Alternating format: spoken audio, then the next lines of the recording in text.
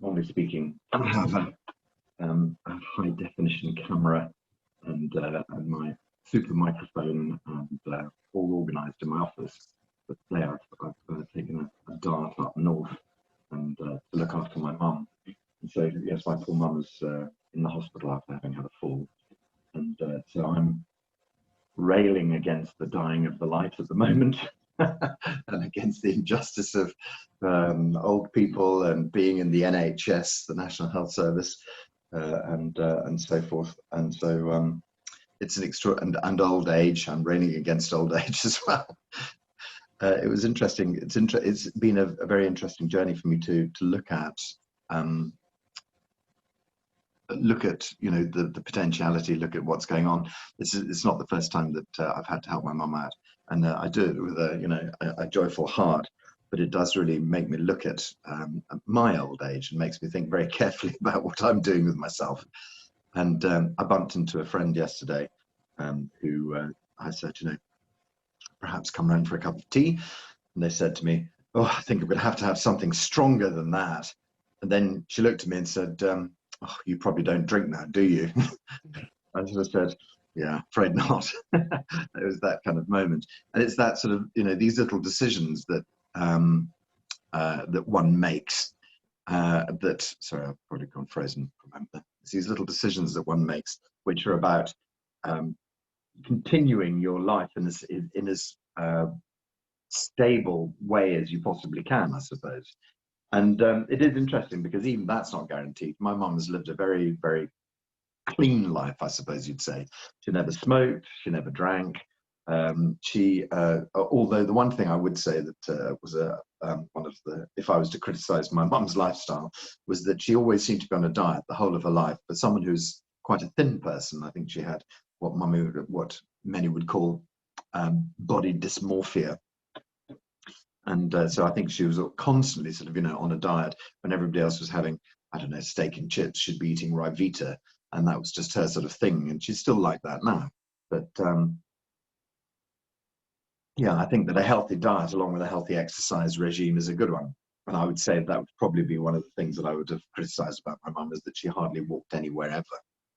If you could drive, why not drive? And that's also all hooked up with her own particular obsession. She used to love motor cars, and so she was a big car fan, and having a decent car was an important thing to her. So she used to drive at whatever opportunity she could, but that would mean parking at the front door of Tesco or whatever to make sure that she didn't have to walk too far. So I think exercise is one of the really sort of key stories in this, and also, yeah, healthy body, healthy mind is such a is that mens sana in corpore sano, or whatever the phrase is, I'm not sure, but it's about having a healthy body and a healthy mind. And I think that that's probably, well, really, really key to this story. And so having looked at her, so my mother is now 92. She, I think, has basically, her father died of Parkinson's disease, and it appears that she has very, very late onset Parkinson's, which is making walking virtually impossible. Okay, so that's fair enough. If you have something like that, that's make a deep chronic illness like that, which is making walking impossible, that's fine. I find it slightly insane that I'm sort of speaking to occupational therapists in the hospital, and they're saying, "Oh yes, no, we'll get your mum. We'll take her into this ward and we'll get her walking and all this sort of stuff." And I was sort of saying, she hasn't really been walking for a year. She's 92. I'm afraid you have to face facts. "Oh no, we'll be able to get her walking." I sort of think, wow, what are you, Jesus or something? I have no idea. Are you about to perform some miracle that I'm unaware of? However, and also at the same time, are you about to try and make my mum's life misery? Someone who's sort of lost all the motor, neurons in her legs or whatever. You're now going to try and force her to walk? Well, that's, So let's just have a little go at the NHS for starters. I'm sure some of you have experience of it. I find it utterly fascinating that when I go and visit my mum in this ward, that there's nobody identifiable as a doctor anymore these days. It seems that they, at best, they're dressing up as civilians to make sure that nobody notices them. They'll sort of wear a white coat with a sort of a stethoscope around the neck. That's gone. They don't seem to do that anymore. So it's not easy to actually spot them, because I feel that they probably think to themselves, if you can actually identify them as a doctor, then the chances are they'll probably kind of, have to spend 20 minutes talking to you. And that's exactly what I want, is I want to identify one of them as a doctor and speak to them. The occupational therapist, just as bad. I go into the ward there and ask to see one, and they say, oh, no, they're in a meeting till midday. And then at midday, when I actually was there, I said, could I see one of these, oh, no, they go off for lunch now at midday. So I thought, how fantastic. You're in a meeting from 10 till 12, and then from 12 until 2, lunch break, and then finish at 4 because of COVID. So I've no, that seems to be how that's working. Not well for me. Yeah, the other thing, of course, is that there doesn't seem to be such a thing as a ward sister anymore. Sorry, I'm just venting here at the moment. Doesn't see, in all the Carry On films, it was all very well organized. The nurses looked like nurses.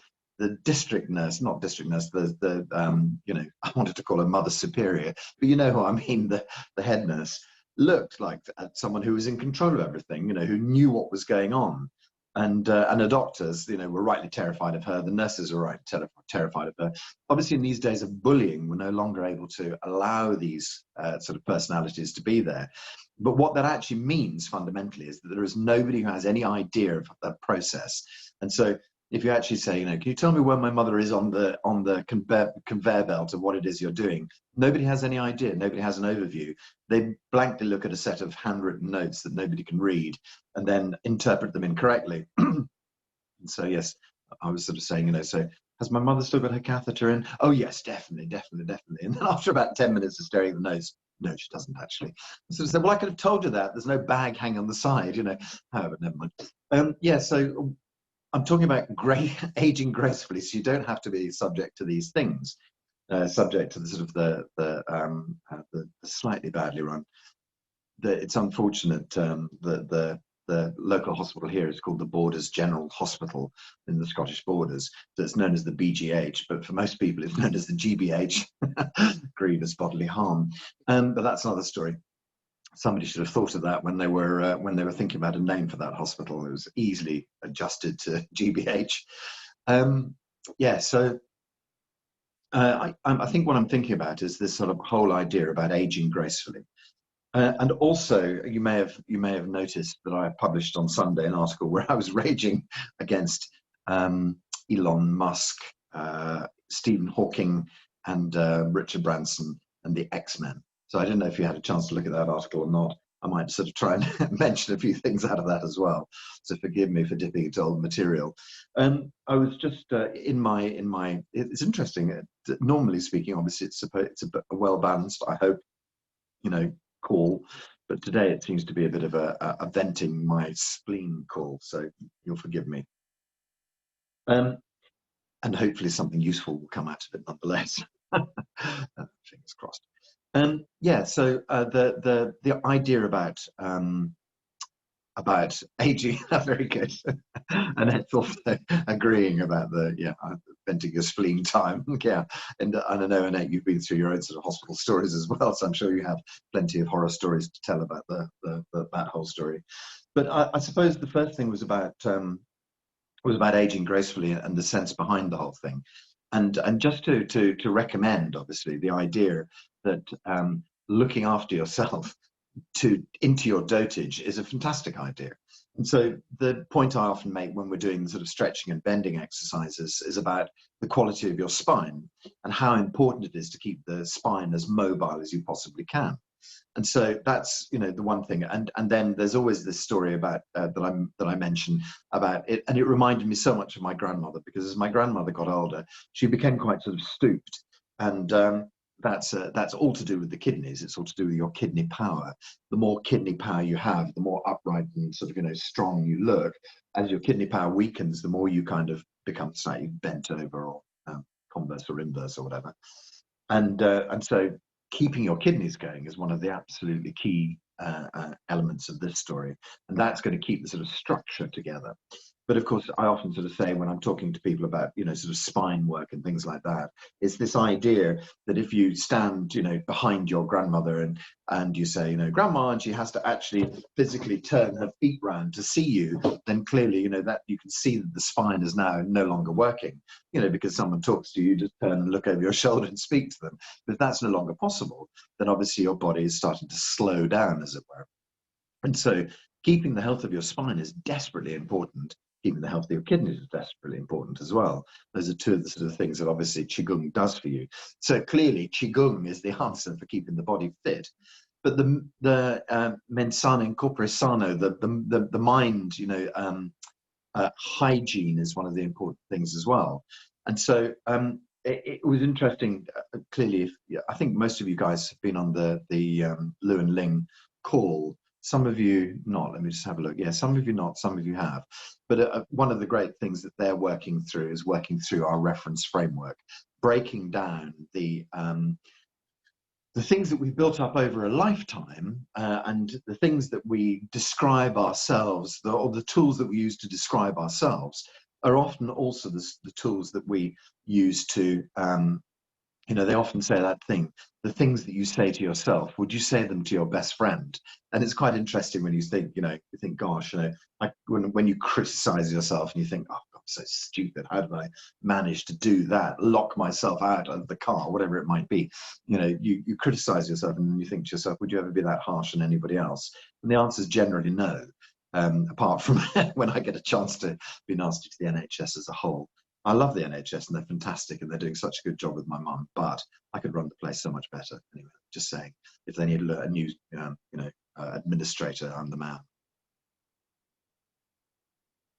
Okay, so yeah, this idea of keeping, of working through one's mental structure to break down the parts that don't serve us. And this is essentially what is called mental hygiene.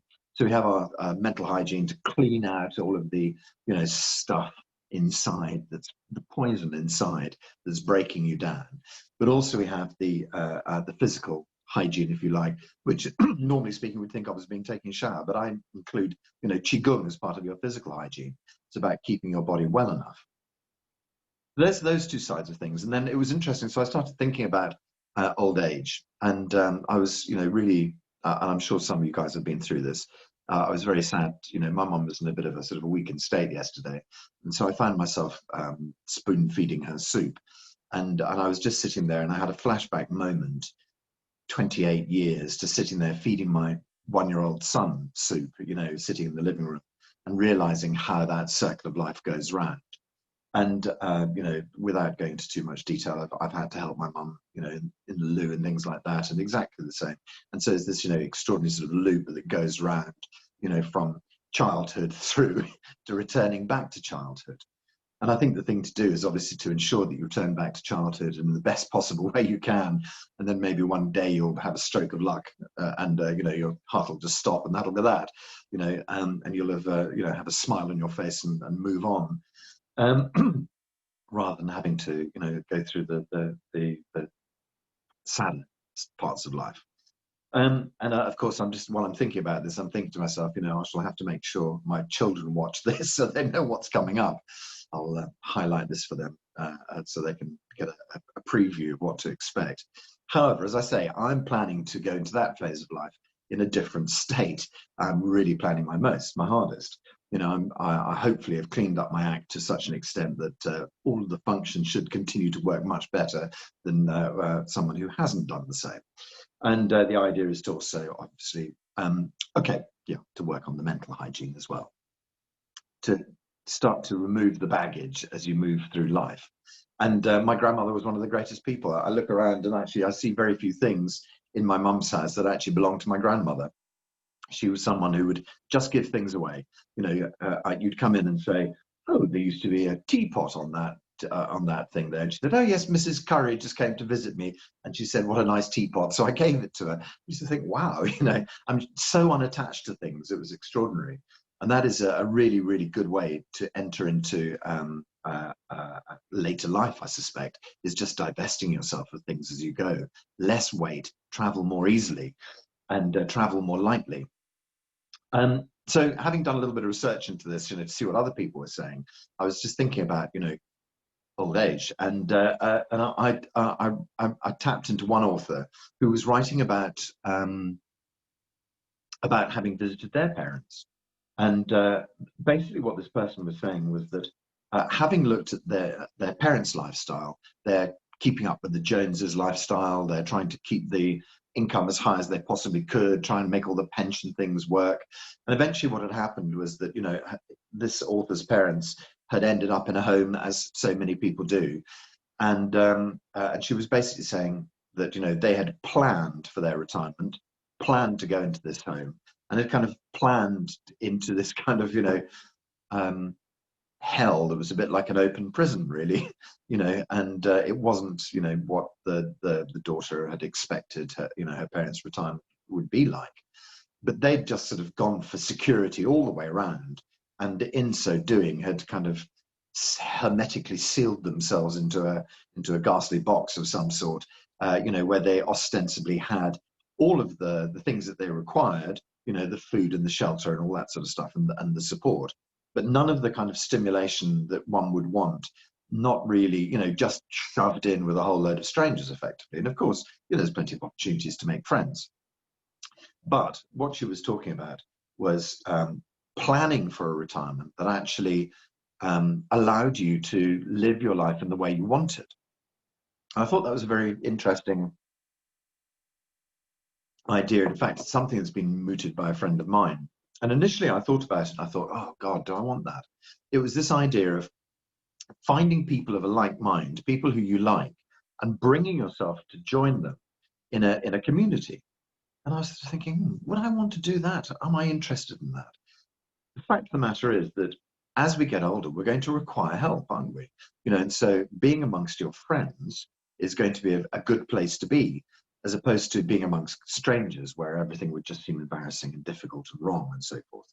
I'm just going to stop for a tiny second here and have a little look. Okay, so I have no idea, just to say, if anybody's going to make any comments, I have no idea if it's going to pop up on my screen or what, because I'm using the mobile app as opposed to the desktop one. So on the desktop one, when you make comments, I see them pop up. On this one, I'm not so sure. But anyway, if they do, they do.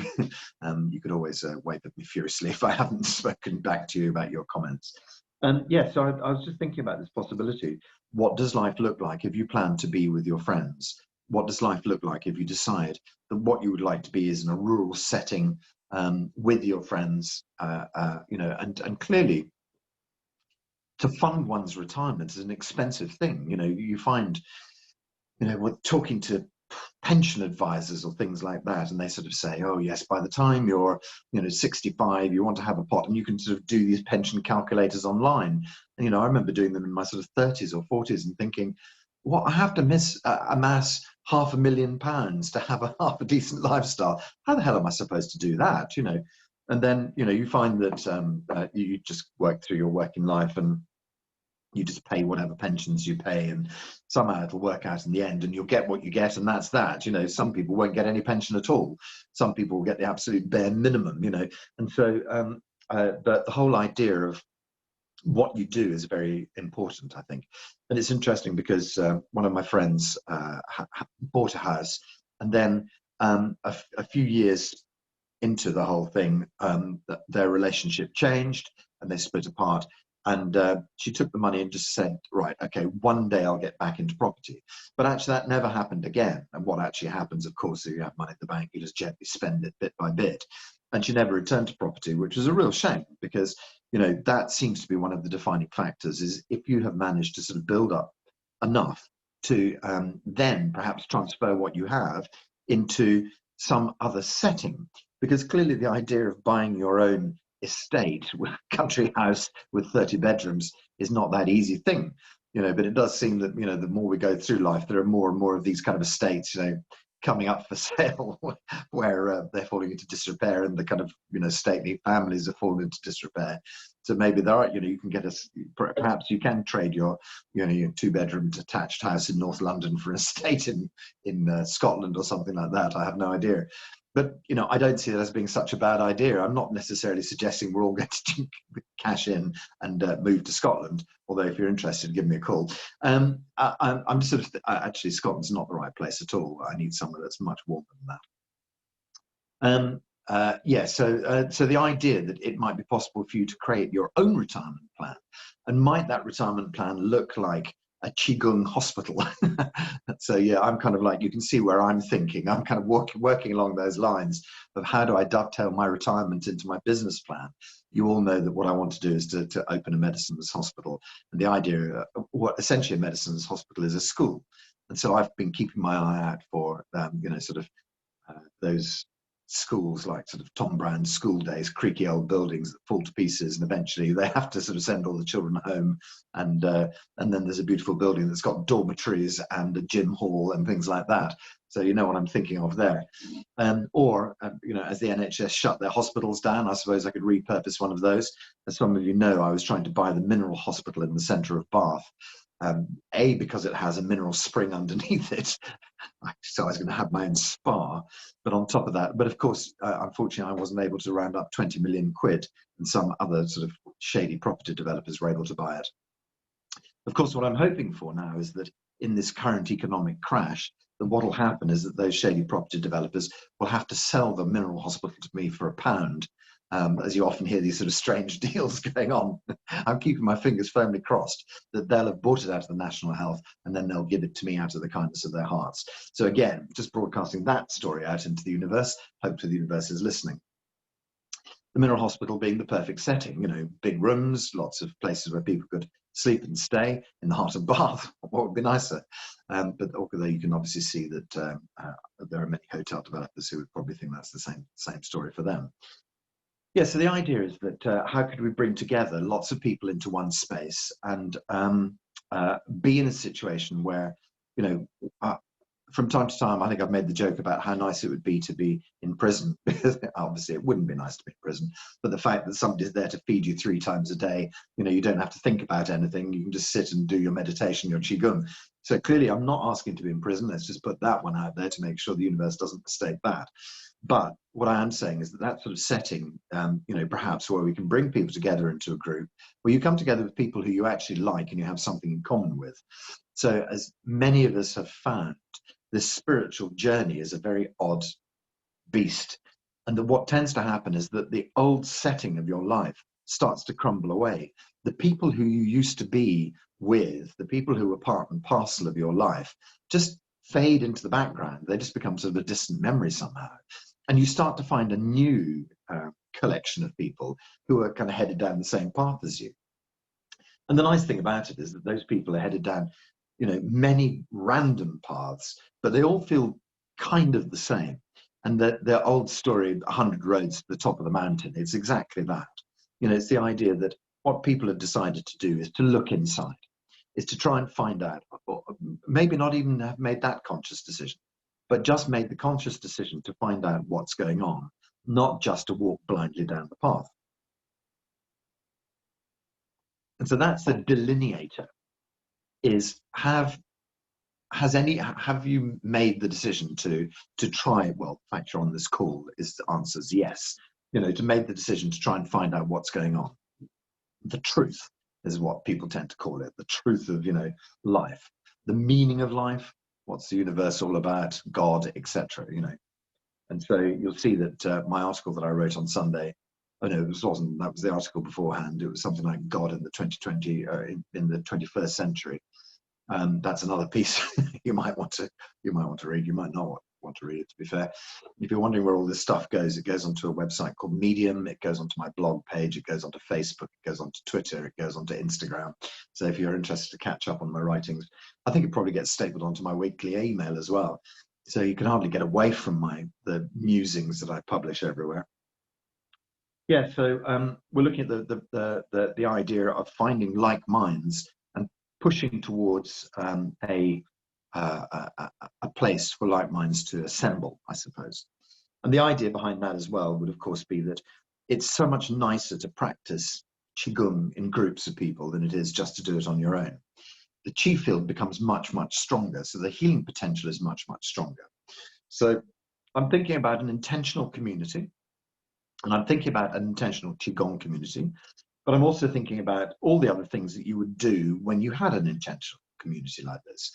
What you would do would be to have a decent chef who was cooking, you know, I'm not saying that everybody should be vegetarian, you know, but I'm thinking that, you know, what you would have would be a decent chef who'd create. When I went to China, it was exactly like that. The chef was really great. It was just this, you know, every single day there was a dish like fish or meat, you know, just one thing. And there's just this array of lovely other salads and vegetables and things, you know, interesting cooked Chinese food. But it wasn't just it wasn't either vegetarian and it wasn't completely, you know, like Western meat-based kind of diet either. You could do whatever you wanted. So 3 meals a day where you're actually being pointed in the right direction of food that's going to be helpful for your body. The opportunity to exercise a few times a day, the opportunity to spend time in meditation a few times a day to do a bit of healing for yourself, the opportunity to have your own space, lovely, because I don't want to live, you know, with having to, you know, say good morning to you, good afternoon to you, good evening to you, you know, every single day, where we're sort of kind of like going to end up grating against each other. So there's a system that was used in South Africa which really appealed to me, and it was the first time I saw it was a kind of a holiday resort. And you know the way these holiday resorts work. You have your own little cabana and then a path that goes to a central, they call it boma. And the boma was a you know, a beautiful kind of space which had everything you wanted in it, the food and entertainment and things like that. And then you'd literally have a little path cut out into the outback and out into the veldt, as it was called in South Africa, through these kind of bushes, and you'd arrive at your own space. And so it was a really sort of perfect setting. You had your own idyllic space that was away from other people, but you had your central space where, and this is not a revolutionary idea by any means, you know, lots of old retirement villages and things like that work on the same basis. What I'm talking about is a sustainable retirement village, I suppose. So yes, so there's this idea that we might be able to come back into a space together, socialize together, but also have complete freedom to be on your own. So there's the sort of the sketched out idea of what it would look like. Someone who's there to feed you, someone's there to, you know, help you therapy-wise, someone to practice your qigong with, and a massive great space for you to not be in each other's, you know, up in each other's grills, as they say in America. Yeah. So what a glorious idea. The idea behind, and I'm sure, I don't know if how deeply developed you guys have got into Zheneng Qigong, and to whether you understand Dr. Pang's bigger picture. If not, I'm just going to repeat it here for the sake of it. Okay, so I realize that essentially what I've just described to you is a cult, and it's not going to get any less cult-like when I move on to the next step. But as I always say to people when they say to me, is Zheneng Qigong a cult? I say, essentially, yes, it is, but it's positive brainwashing, not negative brainwashing. You know, not there to take all your money away. I'm suggesting this would be an investment in an investment you could sell on to your children, as opposed to give me all your money and I'll, you know, sort of buy myself a fleet of Rolls Royces while you serve me. That's not the way this is working. It's quite different. However, there's been quite a few sort of cults like that in India recently, haven't there? Okay, so yes, not being able to dispel the whole sort of cult thing by going into the next section and probably just making it sound worse. But Dr. Pang essentially, he posited the idea that what you do is that you work with your physical qigong, you then move on to the emotional side of things where you start to break down all the emotional blockages and things like that. Ultimately, when you do that, what happens is that it moves you on to what he referred to as true self, as kind of finding yourself, essentially. So the idea behind that is that if you find yourself, you're going to be completely at one with nature around you. If you're at one with nature around you, it's not going to be possible for you to decide to strip mine the Amazon for your profit. it's not going to be, you're going to be much less likely. I'm not suggesting this is a definite route to vegetarianism, but I'm suggesting you're going to be much less likely to be wanting to kill your fellow animals. Certainly not kill your fellow man. That's got to be out of the window. So the arms race suddenly stops. We no longer have to spend 10 trillion pounds, whatever it is, 10 billion pounds on arms each year. And you think, it is fascinating when you think to yourself, that in our recent government bailout, they suddenly found 150 million pounds or whatever it was, like up a sleeve. Oh, here's 150 million, we'll give out. You wonder to yourself, if we've been in such a tough time recently, how do they suddenly find 150 million? And then you realize what we're spending on our defense budget, that something like, I don't know, 30 or 50% of everything in the country is spent on defense. I think, God, really, at this stage, humanity should be moving forwards where we no longer feel we have to do that. However, there is still warring nations. You look at, sort of the way that Russia behaves, and it terrifies me. I find it extraordinary that Russia just seems to be like, in the cartoons, if you remember Dick Dastardly, he just seemed to just be doing bad things just for the sake of it, just for the absolute joy of it. His whole default setting was to be bad at every possible opportunity. And it just feels like Russia's that. It just feels like they just want to be bad all the time. And perhaps that's just Putin. And as you know, when you arrive in a country and you find that the people are absolutely charming and lovely, and what you don't like is the politics. And so I've experienced that in both China and America as well, I'm happy to say, that the people there are just amazing people, like you find everywhere all over the world. And then when you get to the top 1%, you suddenly think, oh my God, really? What are you saying? Are you insane? And that brings me firmly round to Elon Musk. Elon Musk, who I was laying into, Stephen Hawking and Richard Branson. Okay, so it's impossible, obviously, not to mention all those people and not think about space travel and space travel. So, I've been reading my way through big questions, brief answers to big questions by Stephen Hawking's last book, I think. And it was basically a collection of his personal writings, and people sort of saying to him, do you think AI will take over the world? Will robots rule us? Do you think it's a good idea to move to another planet, and things like that? And so I was listening to Stephen Hawking, and he was basically, his answer is yes. He thinks it's a good idea for us to, start to explore other worlds. And he made quite a fetching point, which was along the lines of, it's a bit like being stranded on a desert island and not looking for a way off. And I thought, that was quite interesting, but are we actually stranded on this planet? We're stranded on this planet as long as we're strangling the planet to death. It feels like we're stranded on it. But if there was another way. Anyway, so let's go back to the other way in a minute. I'll just remember Dr. Pang, take that one in there and talk about him.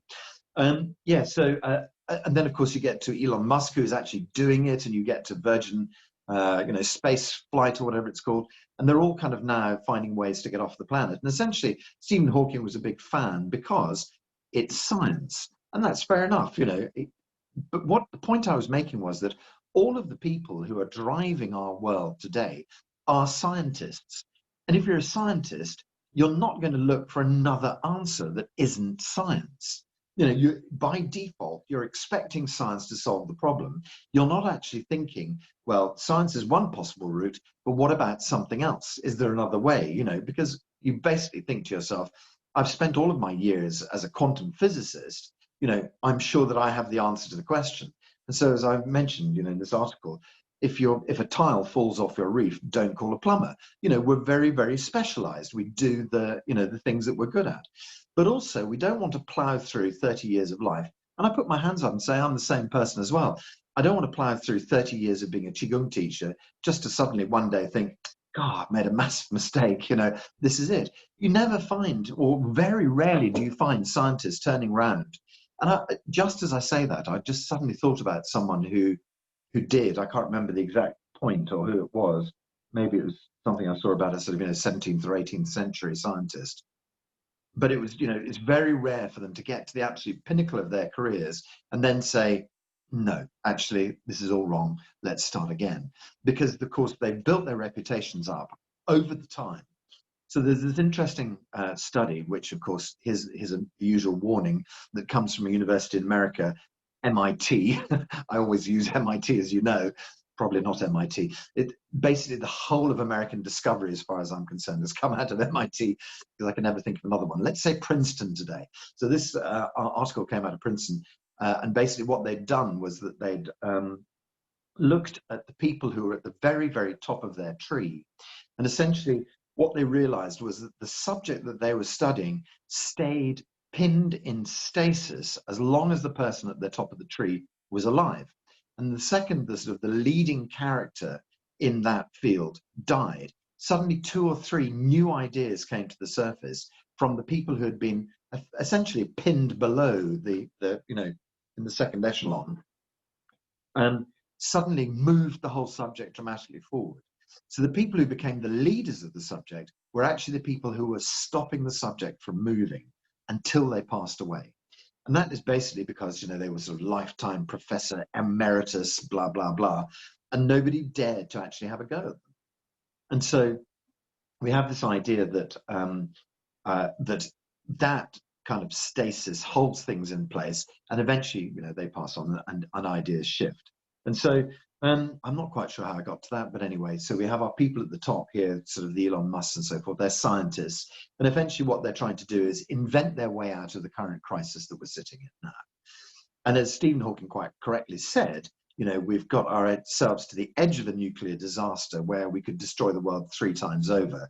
We're destroying our own environment, at a rate of knots. We're killing thousands of species of animals as we go each year. We're still knee deep in poverty, and we haven't cured, illness yet. And so he sort of said, how is that going for you? How are you doing so far, kind of thing. But he didn't, interesting enough, he didn't draw that back to himself. All he sort of said was, we haven't got the right science yet, and very soon we will have, in the next 20, 30, 50, 200 years, we'll have the right science to solve that. My point is that science isn't the way to solve it. There's another way to solve it. And all that's required is for us to follow Zheneng Qigong. Okay, so let's not just use Zheneng Qigong as the only example. It's the only example I know, but I will follow that path. So Zheneng Qigong, the idea being is that when you spend enough time in deep meditation, and I think that, if you sort of talk to the Dalai Lama, or if you talk to, leaders of other sort of, schools like that, you would see that everybody says that, beyond just the sort of quiet and state is where you move into this true self, is where you move into your absolute understanding of the universe. And so I've had those truly universal moments on occasion. Not many of them, but, slowly what happens is you start to stitch the experience together, and you find that it's easier and easier to come to that moment of quiet calm where you feel at one with everything.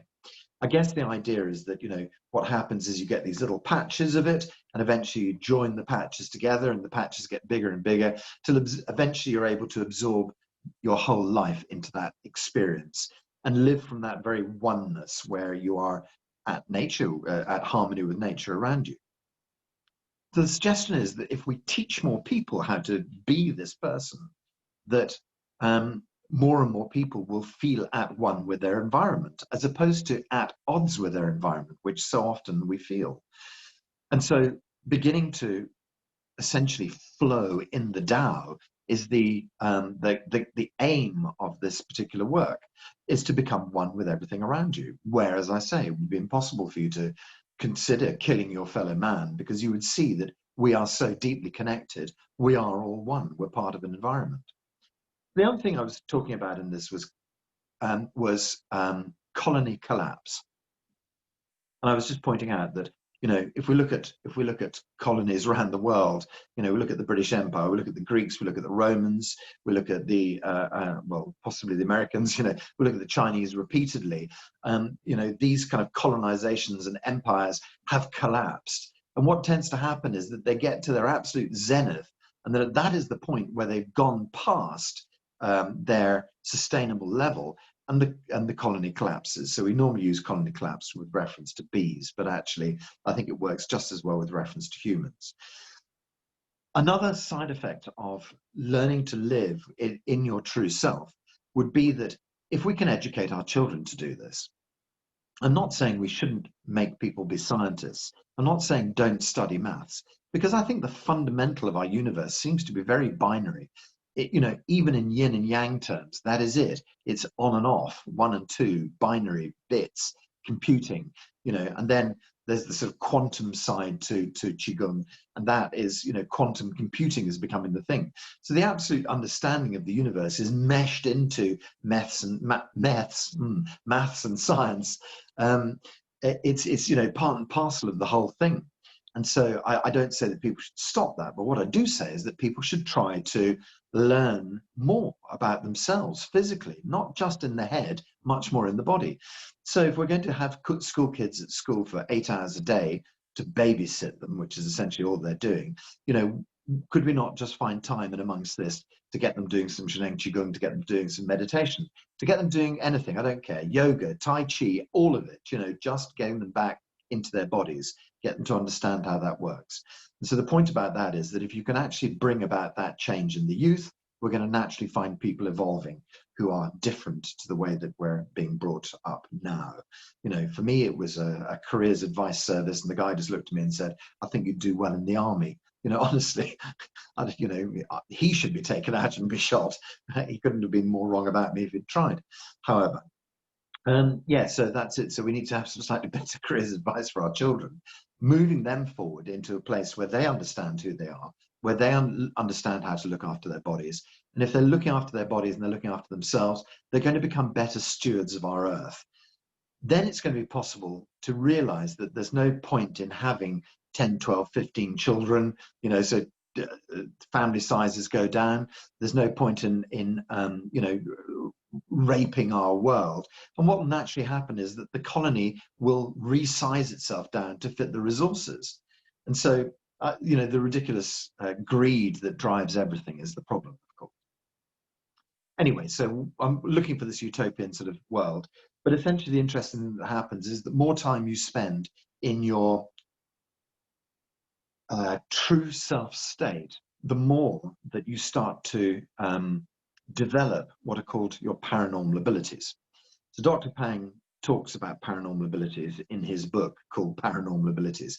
As I always say, it's a big shame that what he didn't do was call it supernormal abilities, because paranormal abilities, you expect plates to be flying around the room and things like that, although I think that possibly that is possible.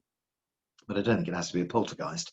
I think you can do it. And so my paranormal ability story that I always tell people, and I was talking about it last week about Robert, magnetizing pins, using his mind and being able to pick up pins on something that was previously not magnetic, but just using his mind and his chi to turn a pin into a magnet. Try it at home. And the paranormal story about the general coming to Dr. Pang's institute and being met by a guy, and the general sort of saying, tell me about this paranormal ability. And then the guy saying, look at your watch. And the guy going, what? His watch had disappeared and it was in the water cooler on the other side of the room. And so they'd, been able to, the guy was able to dissolve and move objects. And so that was his paranormal ability. And basically what Pang was saying is that people develop different things. Some people might be able to look across a room and diagnose someone. Someone else might be a healer. Somebody else might be, clairaudient, clairvoyant, whatever it might be. But the more you allow yourself, the more you are able to develop these abilities. And the more you develop those abilities, the better the world would become. So that's, again, I'm kind of, that's where I then started in my article railing against the X-Men movies, because suddenly these mutants turn out of nowhere, and some of them are saving the world and some of them are destroying the world and some of them are using their powers for good and bad.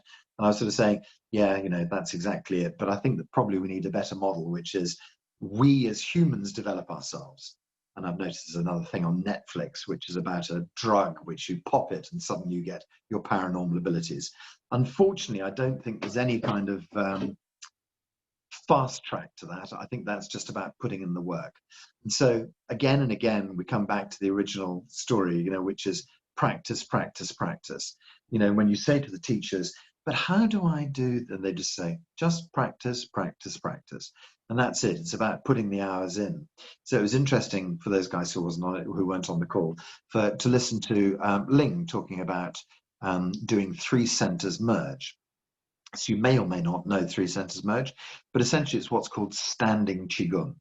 And so standing Qigong, it's called standing like a post. You end up standing and you end up holding a ball of Qi and you just relax there and you stay there as long as you can. So effectively what happens is that you find your way into a posture that allows you to gather lots of Qi into your body. It's not complex, but it can be uncomfortable. And then what happens is that you quieten your mind to such an extent that you go into a deep meditative state where you no longer feel the body, and you are able to be at one with the universe. And at the same time, when you're in that very open way, there's a great amount of healing goes through your body. And what happens is that you are open in such a way that you're able to gather a huge amount of Qi into your body. And so that's where I first started Qigong, was with Master Lam, actually. And Master Lam has a couple of books out. One I think is called The Way to Power, which is just about standing Qigong. There are no great insights in there, unfortunately. You know, the postures that he uses are very good and the power behind it, but there's no sort of great depth as to mind activity. Master Lam was not into his mind activity, or the stage I got to with him. What's much more important is finding yourself in this standing posture, is spending time in it, and is allowing yourself to come into this really still state. And that is where real true healing comes about. And I'm sure you've heard me talk about Madame Wang before, who I met in Hainan year before last year. And Madame Wang looked like someone from the Chinese opera. She was an absolutely amazing, her poise and her beauty. She'd been a very kind of high-powered Chinese businesswoman who 10 years previously had to give up her high-powered career because she'd got breast cancer. She'd come to Hainan, she'd done Qigong with Jan Xie, and her breast cancer had evaporated. And then she'd gone straight back to work and hadn't changed anything in her life. She just thought, wow, dodged a bullet there. And off she went straight back to work. 10 years later, she was back in Hainan with the same breast cancer again. And so having cured herself once, she then thought, right, well, I'm going to do it again. And she cured herself a second time, which is, you know, a lovely story to hear that, you know, she was able to turn it around twice.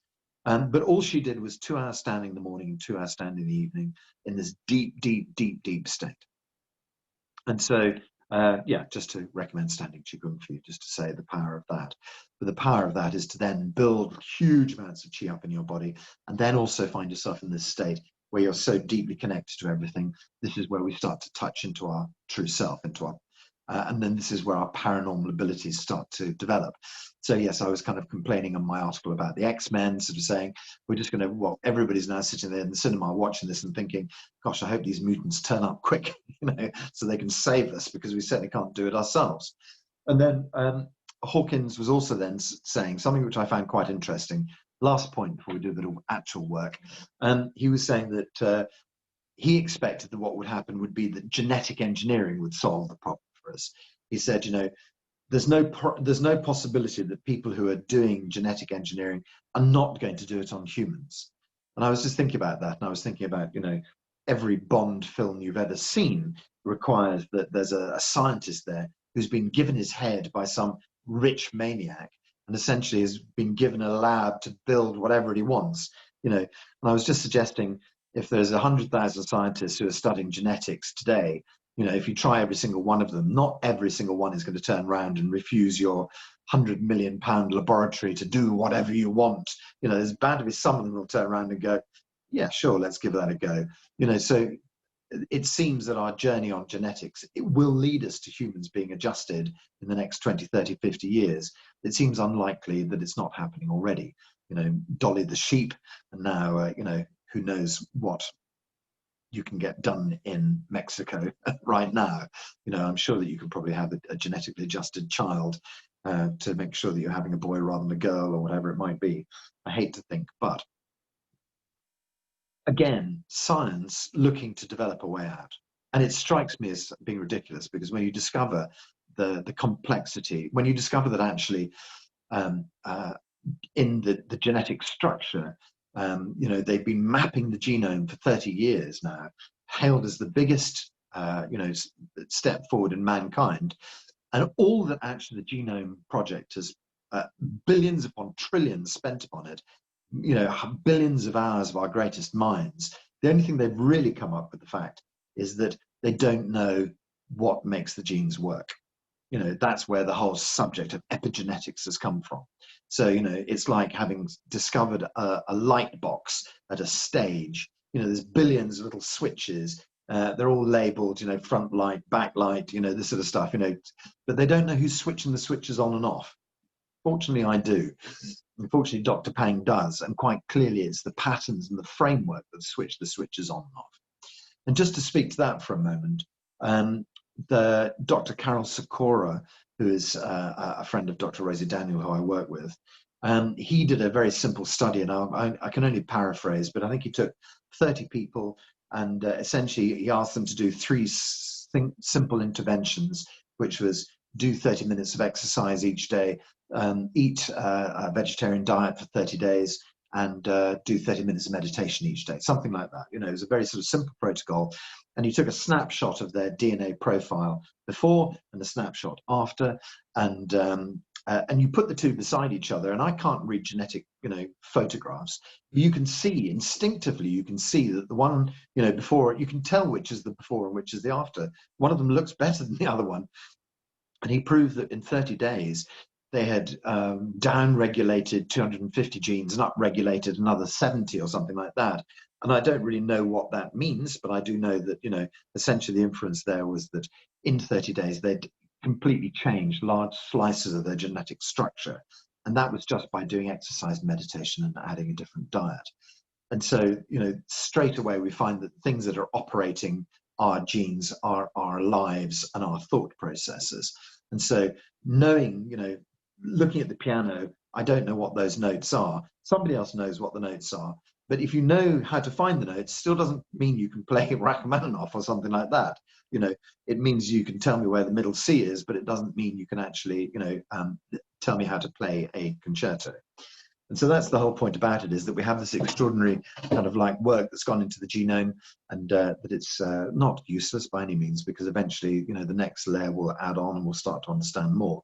And that's why I'm saying, obviously, we don't want to throw away science. We don't want to just say, science is over. Now we're moving into the new hippie religion, whatever, of, yeah, you get my point. It is interesting. No, I won't go down that road. That's no problem. So here we are with our ideas that we have our Zheneng Qigong, and we're going to have our Zheneng Qigong home for the, I was going to say for the elderly, but Zheneng Qigong home for everybody. The Zheneng Qigong Institute, where people are coming and they're changing their own genetic structures by working away in a nice environment with good food, good mental hygiene, good physical hygiene, and friendship. And then this is how we're going to gently move along our paths until we sort of shuffle off into, our next circuit round. So this is the sort of the structure of that idea. And the idea is, of course, recommending to you that you do everything in your, you possibly can to work out how the your final years are going to be in the best possible way. And if you're still working, you really have to sort of look very deeply at that and say, does this job serve me?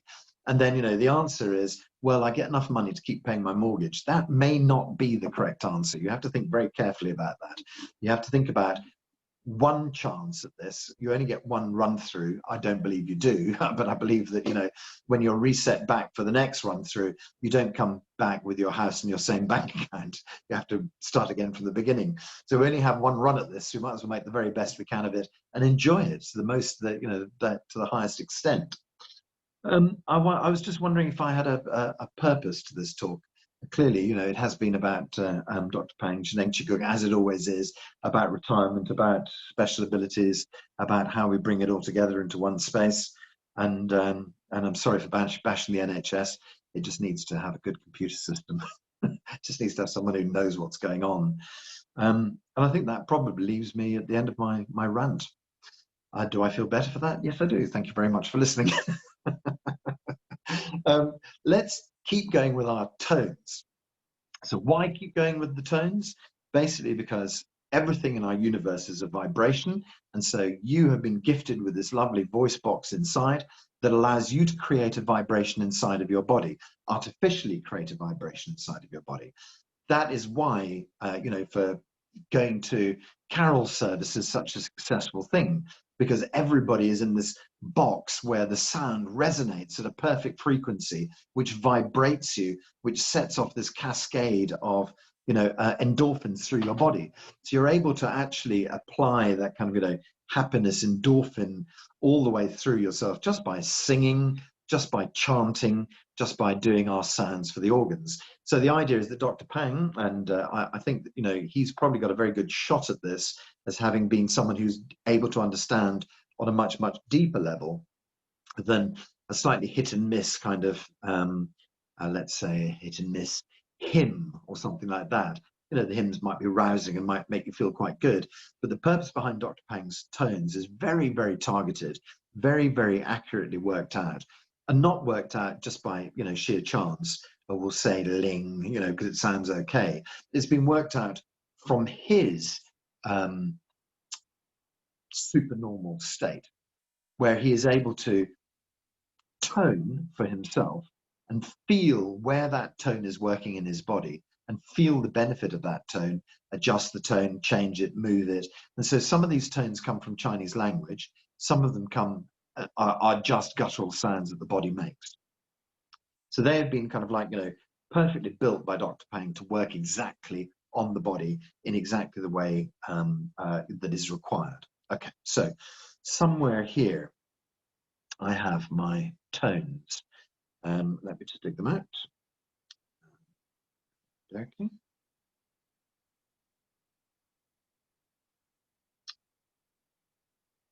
So that's just going to download and open. Okay, so I'm not able to figure out how I might share this with you. I think if I share this with you, everything probably stops working on the video screen. I'll give it a go. Will I? Let's go boldly go where no man has gone before. Share document.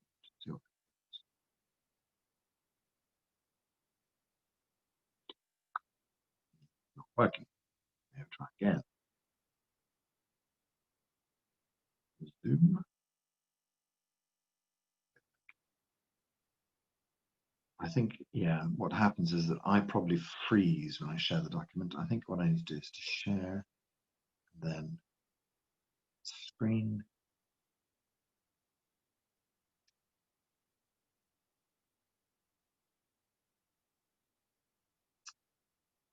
Okay, no, I'm not going to go down that route either because I know the document's there, but nonetheless. Okay, so we'll do the sounds. I'll do the sounds with you. You've heard them all before, and I'll do my best to prompt you before we go into each sound. Okay, so we have our setup tones beforehand, which is ling, ling. Okay, so we're trying to pull that ling, ling up so that you feel the diaphragm jump. We're talking about Hunyuan Palace. Okay, so for those guys who've been working with Lun Ling on the Reborn call, you'll know there's been great debate about Hunyuan Palace, but essentially below the breastbone, so just below your breastbone, can't quite get there, and then deep inside, that's where your stomach sits, and just kind of behind the stomach, between the stomach and the spine, is this area called Hunyuan Palace. So we're just kind of thinking about this area, Hunyuan Palace. When we say ling, ling, that kind of little jump there just moves the stomach up, the diaphragm pops up, but it also stimulates Hunyuan Palace and just drives your mind toward that point. So we're going to say ling, ling, ling, ling, ling, ling 6 times, and that just brings us towards Hunyuan Palace. We're going to do the next tone, which is called Wong, Qing. So Wong is all part of one tone. And then the second breath, Qing. So Qing.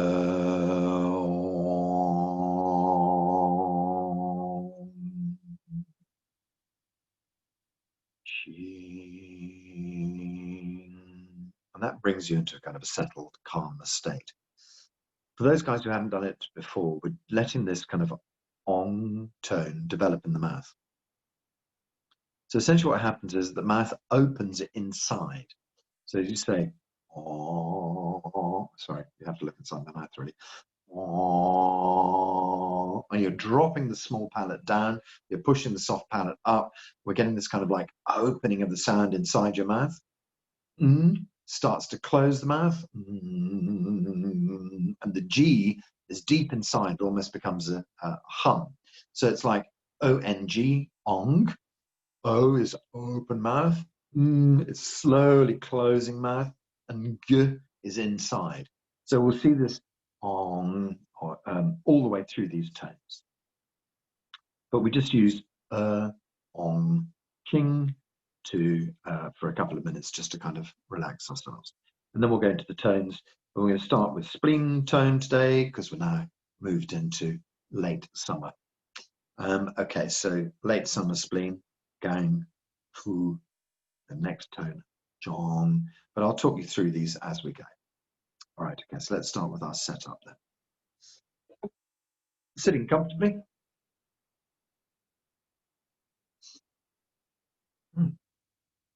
Relax your shoulders, draw your mind back inside. Center your mind deep in Upper Dantian, deep inside your brain. Connect your feet to the ground, connect your head up into the heavens. Body relaxed and calm. Mind quiet. No distracting thoughts. Just settle yourself into this nice, quiet, calm place. Just imagine no longer the solid version of you. Just imagine you can even relax your body into the energy field around you. From the energy field, you can draw this energy back into your body. Feel your whole body tingle. Just really feel connected as a group. So when we study quantum physics, we find them saying things like, no time, no space. And that's exactly it. Doesn't matter how far apart we are, we're still connected on a deep heart level, connected as a family, connected as a group.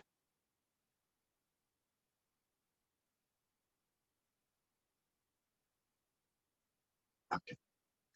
So we're just going to start with our Ling, just to locate Hunyuan Palace deep inside the center of your chest, center of the body. So breathe in and Ling. Ling.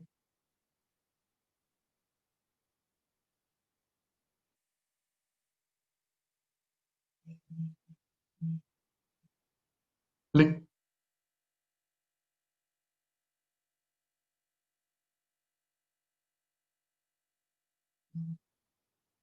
Ling.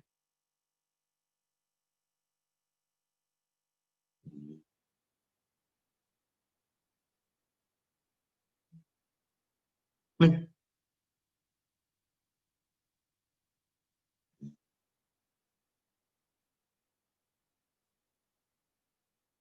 Ling.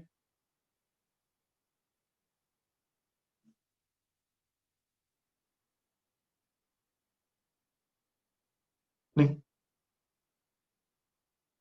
One more time.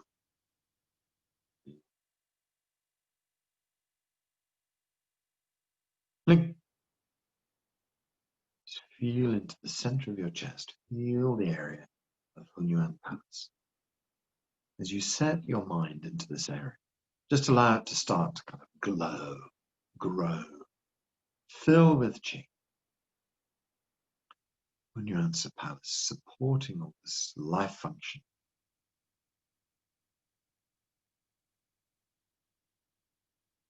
Okay, so we'll do our warm ching. It's 2 breaths. So breathe in.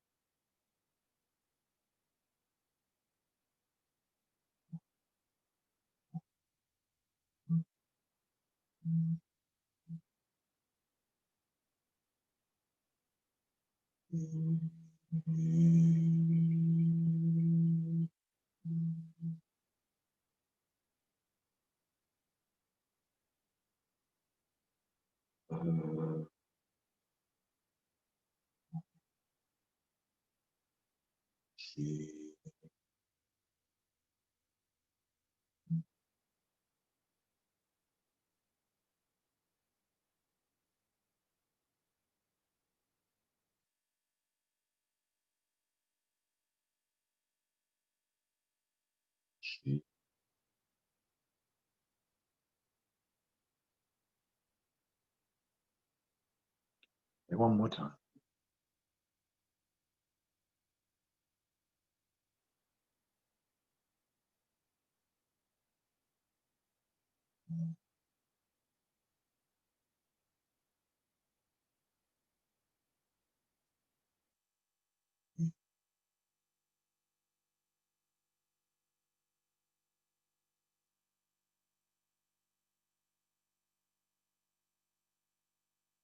So we're going to start with our spleen tones. Gang, fu is all one breath. Second breath is jong, Jong, jong. Okay, so as we work away, our worries start to subside. Our overthinking starts to disappear. And in its place, trust starts to swell into the body. Trust on all sorts of levels. So we concentrate on the tip of our nose. You can hold your thumb for spleen, or just have the hands on the spleen, which would just be on your ribs. So gang, fu. Next breath, jong. Breathe deep.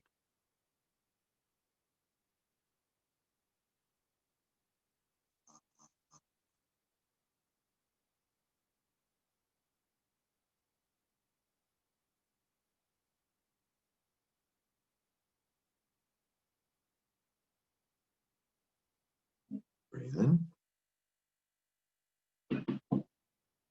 Jong.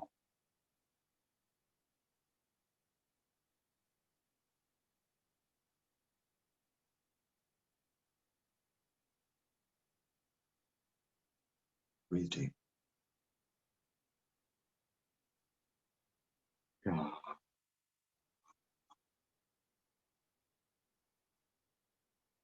Fu.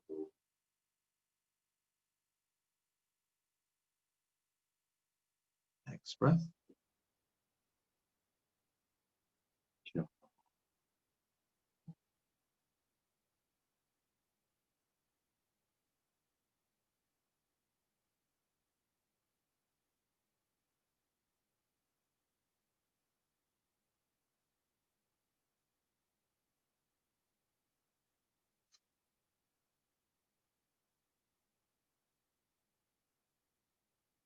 Jong.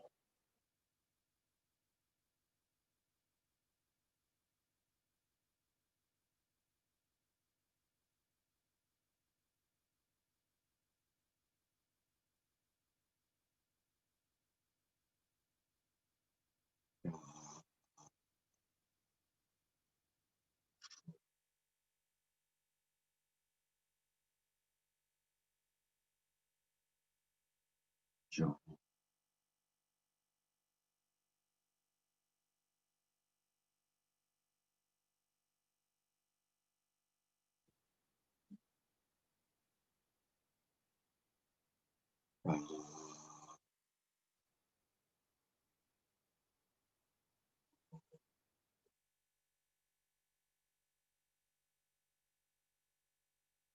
Jong.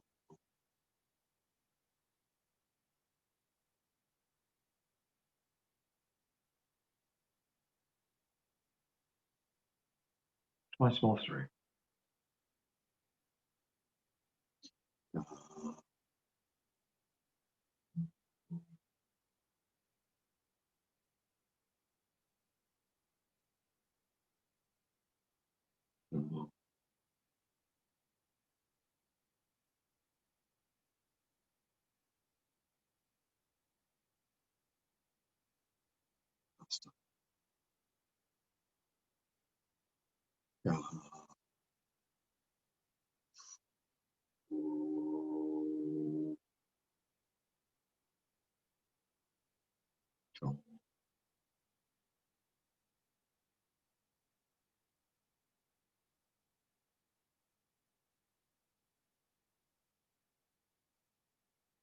Then breathing, just holding your ribs or thumbs, gently massaging,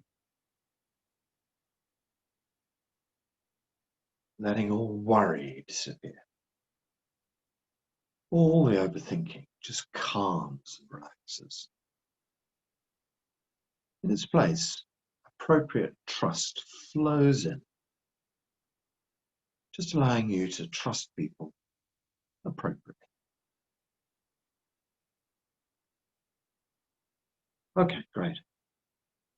So we move from our spleen onto our liver. So the liver is one breath, two. You spit it out. As you spit out two, your diaphragm bounces up and down. Your liver bounces up and down. And the second breath is is Ju Ling.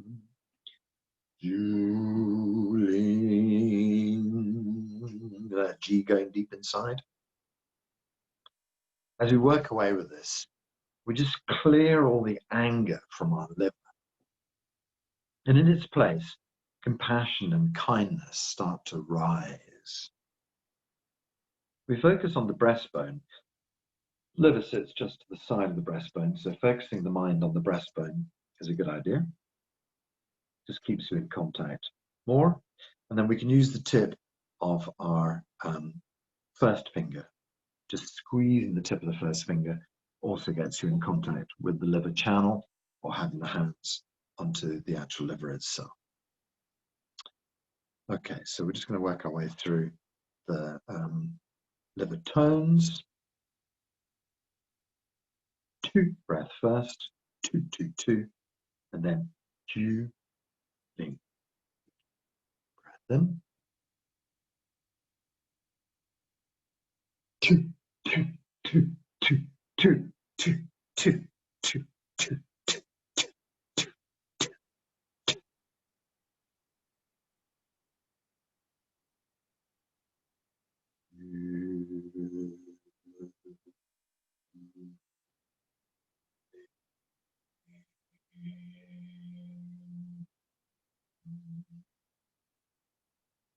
To the beginning.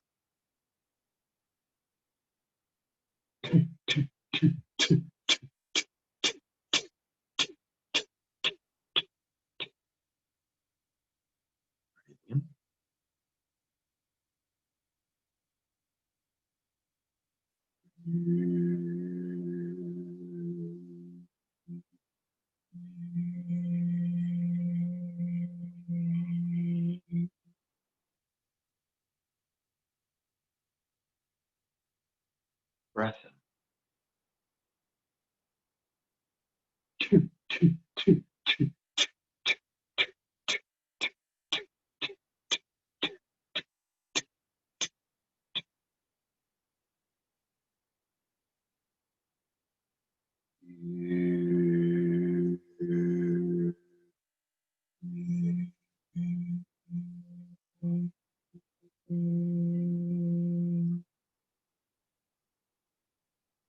All the anger dissipate.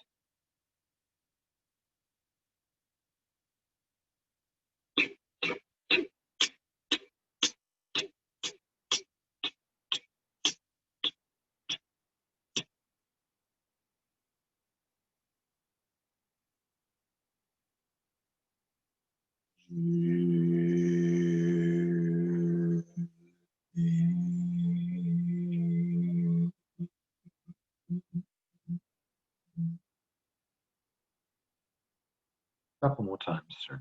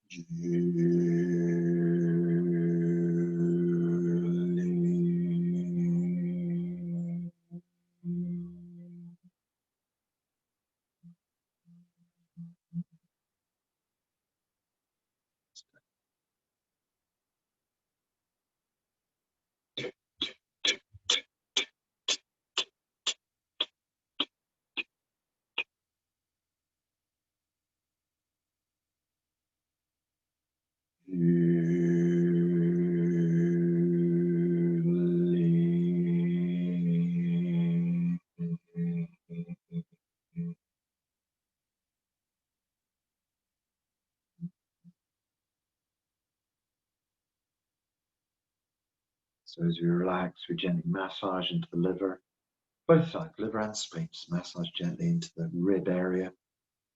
We're just letting the chi flow, we're letting all the anger dissipate. We're letting all that compassion and kindness gently drift back into our lives.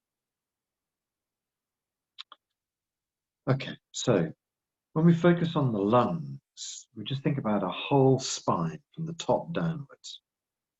The lungs sit right up under the ribs, and actually massaging it, well, it's difficult, quite hard, but it's quite good for the shoulders. You could just have your hands on your lungs, your hands in front of your lungs. You could massage directly into your lungs if you felt like it. Or, of course, you could just hold the tip of your ring finger and squeeze into that. That gets in contact with the lungs as well. So the lung tone is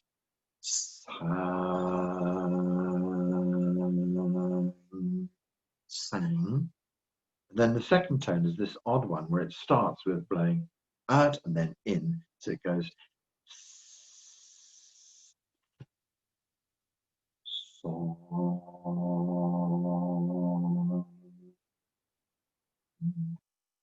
So the second is the second and third tones are one breath. So sang, song. So focusing on your spine, all the way down the spine, glowing with chi. Let's breathe in.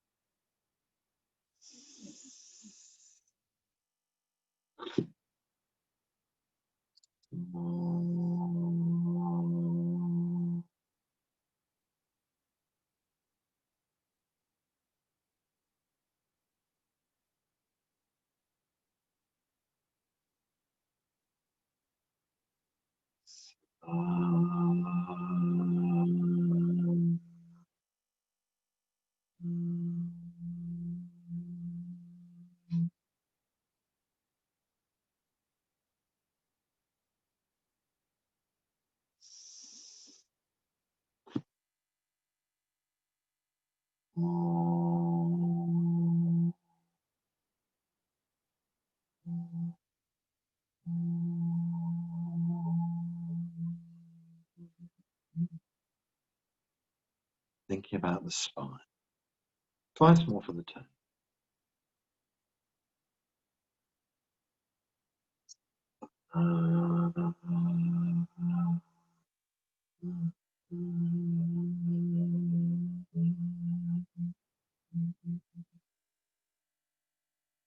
Deep.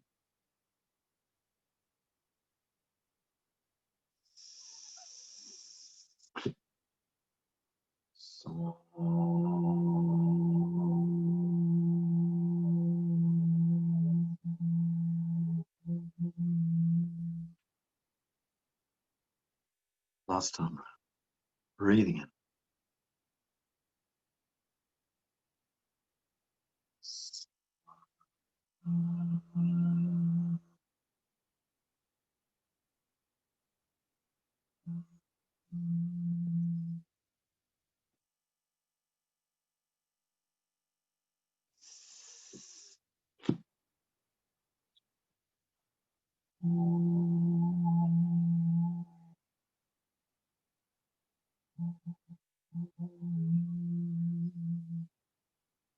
Feeling deep inside your lungs. We're releasing sadness, sorrow, shame, guilt, and grief. All of these emotions welling out of your lungs, dissolving from your lungs. And in that place, honesty and integrity starts to come deep inside. Okay, so we move on to our next tone. We're going to do heart. So heart is 3 separate tones. We do shin first. Shin.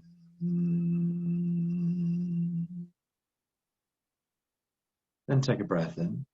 We do yang. And then more quiet. Shin. So the first tone is shin. The second tone, xiang. The third tone, xing.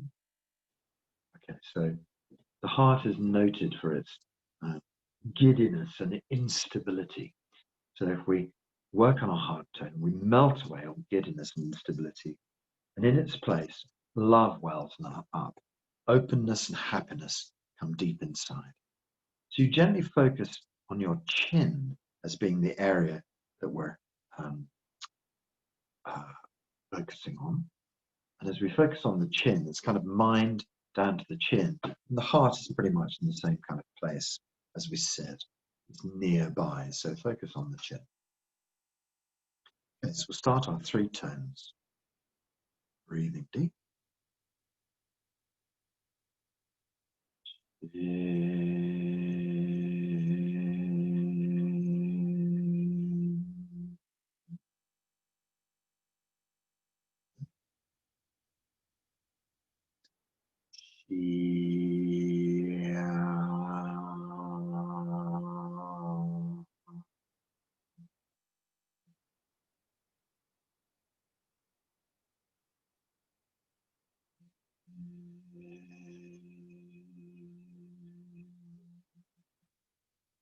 Nice and delicate on the last tone.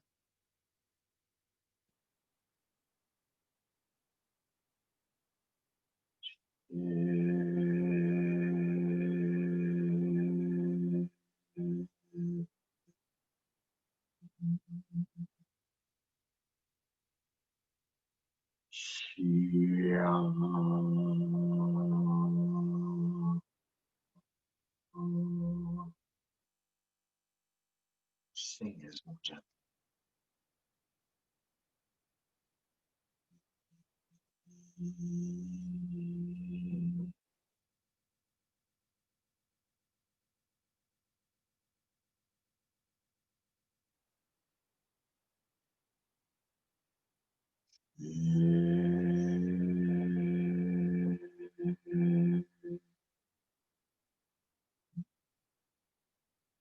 Subject to the heart, holding the tip of your middle finger.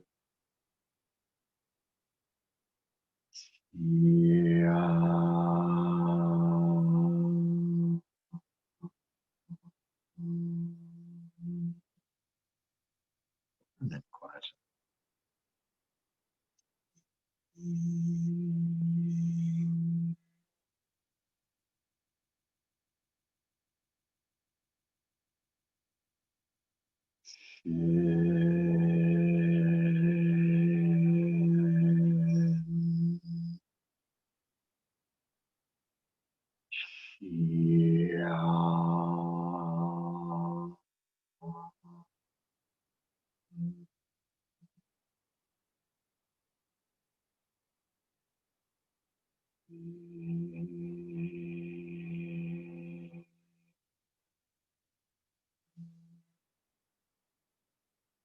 Twice more through the tones then. Breathe deep. Yeah.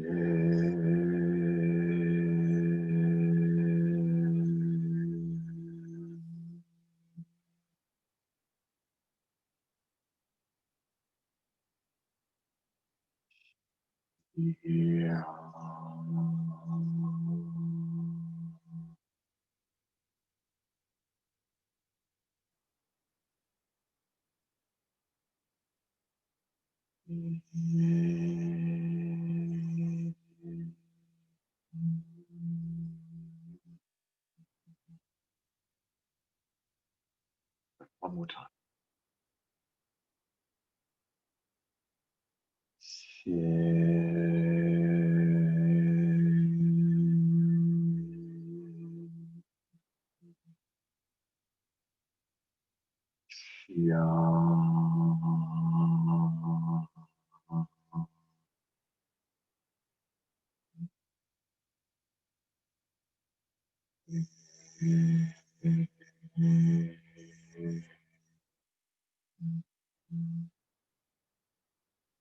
As you massage into your heart, you feel the heart opening, you feel love flowing in, happiness and joy overtaking.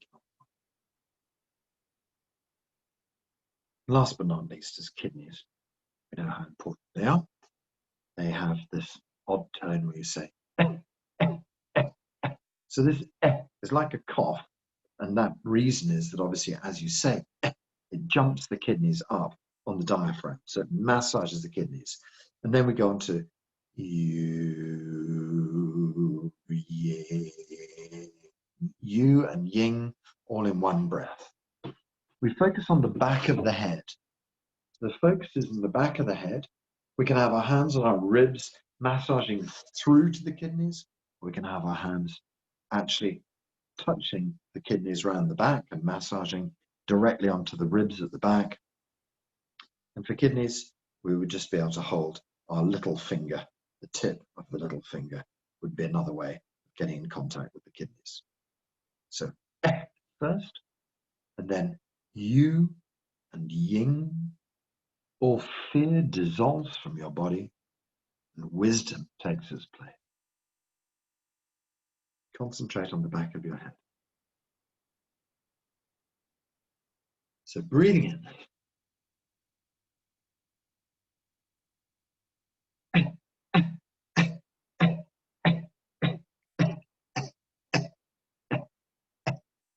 And then take a deep breath in.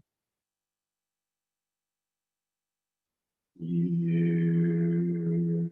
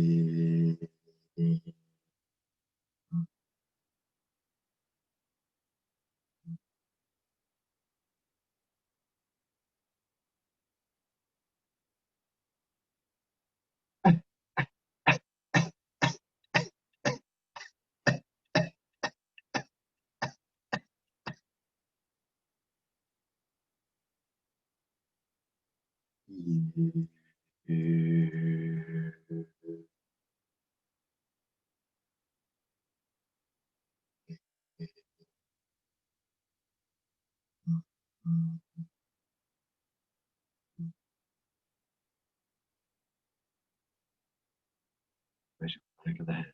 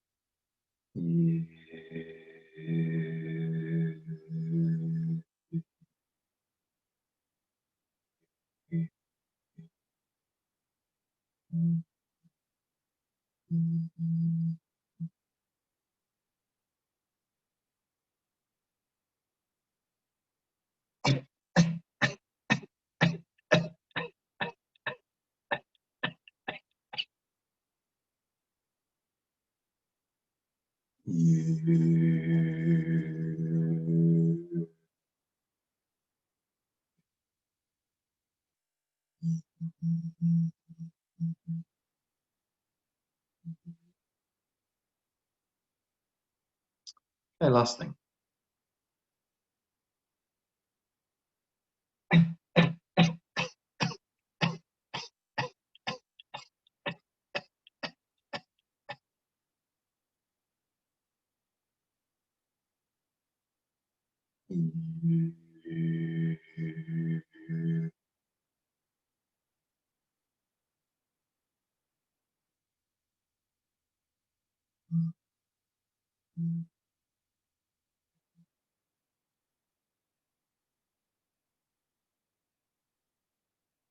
Breathe, gently massage into the kidneys.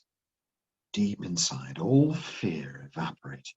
Wisdom takes its place. And then we just finish. Bring your hands round and place them on your belly. And we're going to just do the tone. Ching.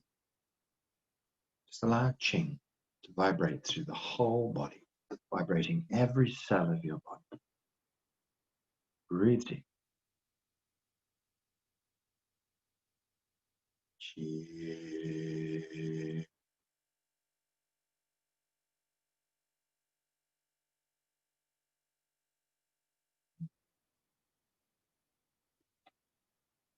Deep inside.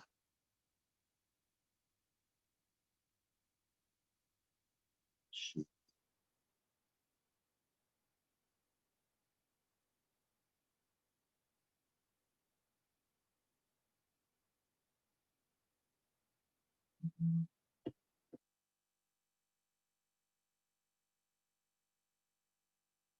Ching.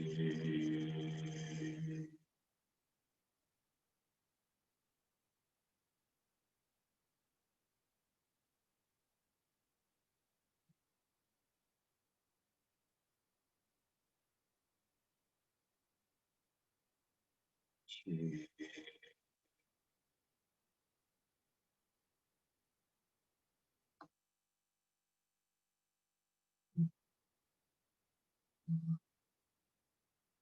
The tone softens and relaxes through your whole body. 2 more times.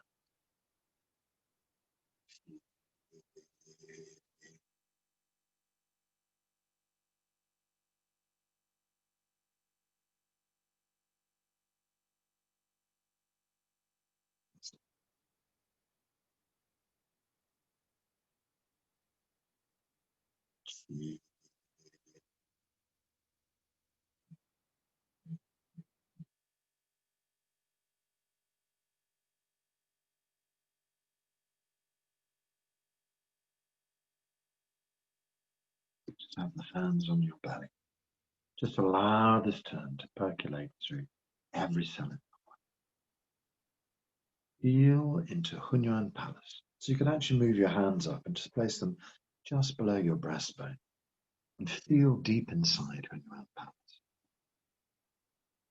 Massage deep inside Hunyuan Palace. Gently rub the hands around. Feel deep into Hunyuan Palace.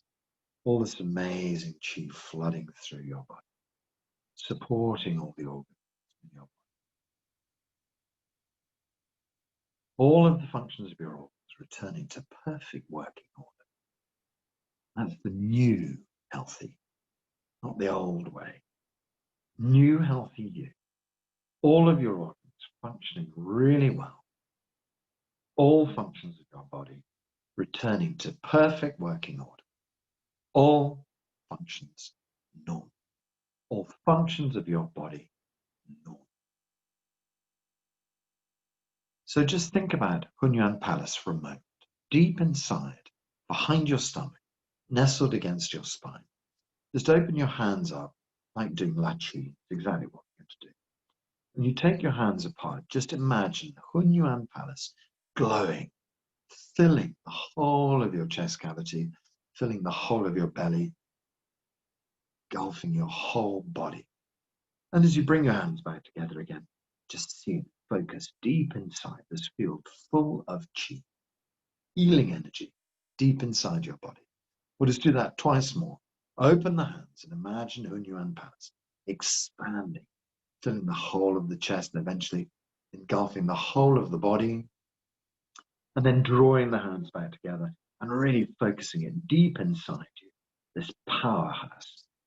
And then one more time, open and expand, gathering, expanding the chi. And now gather the chi back inside, deep inside of you. Hold the chi deep inside. And then just let your hands relax back onto Hunyuan Palace, let them drop back down onto the belly, and then we'll just do our 3 circles around the tummy. Doesn't matter which way you go, just 3 circles round, gathers all the chi back into the center. And then when we go 3 circles in the opposite direction, just sends a signal to the body, reset, close down, get me ready for daily duties again, and then bring the hands to a stop. Slowly release your hands to the side, open your eyes, give yourself a bit of a shake out, loosen up.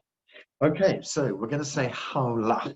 Haola is spelled H-A-O is Hao, and it's L-E, would you believe? It's Haola, but actually it sounds like Haola. So Haola means good already, everything good, everything already sorted. So that's the kind of mantra. All the work we've done, fixed in a moment, like that. Okay, so I count to 2 and we'll say Haola together. I would ask you just to unmute yourselves and we can all join in a cacophony of Haolas. Okay, so hands up in the air. 1, 2. Haola. 1, 2. Haola. 1, 2. Haola. Lovely. Thank you very much, everyone. Really good to be with you again today. And hopefully, you know, back next week with my normal camera and so forth, but hopefully it wasn't too painful on this mobile device. And yeah, great. Lots of love to you all and see you soon. Thank you very much. Thanks, Jeremy. Oh, it's a pleasure. Good to see you. Thanks, everyone. Bye.